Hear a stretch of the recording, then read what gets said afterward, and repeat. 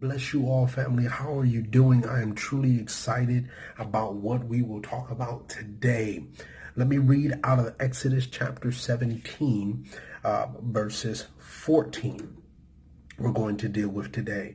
And it says, "And the Lord said unto Moses, Write this for a memorial in a book, and rehearse it in the ears of Joshua. For I will utterly put out the remembrance of Amalek from under heaven." Now, what I want to share with us today is something that is purely dear to my heart, and I believe is vitally important for us to understand. In this context, as we have dealt with, is Moses now has showed us an example of what we needed as someone that we know that we can be able to have the right type of people on our side, that we can have the right people that we can confide in.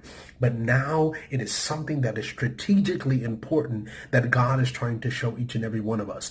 And that is, who are you training in war? The reason why I ask that question is because what we see here is that in the midst of the war being completed, in the midst of everything being done, now God instructs Moses not only to write this context down, not only to make sure that it's in the book that we can learn from, but to make sure that Moses took Joshua aside to teach him how he overcame in war. Now, the thing that puzzles me when I read this context is, God, why would you ask Moses to teach Joshua something when Joshua was in the war himself?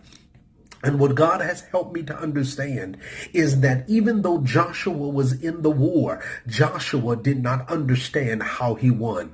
Now, Joshua might have fought. Joshua might have defeated a couple of them. Joshua might have dealt with a lot of them. But what he did not do, what he did not understand, is the strength and what Moses was doing on the mountaintop. And what God is saying is, you need to, in the midst of a war, be pouring into training the next generation on how to be able to overcome, how to be able to win, how to be able to go through these type of wars and be victorious. So the question to you is, who are you training in war?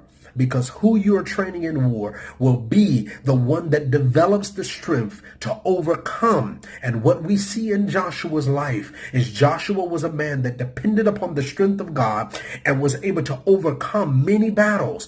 And the timings that he did not, he did not trust in God, or he did not confide in God, is the times that we see that Joshua did not win. But what we understand is because God told Moses to be able to train Joshua in the midst of war, then what happens is now we're training the next generation on how to overcome things. Now, I love this, how to overcome things that have died in your life. Because again, I will utterly put out the remembrance of Amalek from under heaven. So they might not fight your battle, but they will fight a battle, and they need to know, how do I win it? The way that I win it is I know the same strategic moves that Moses used.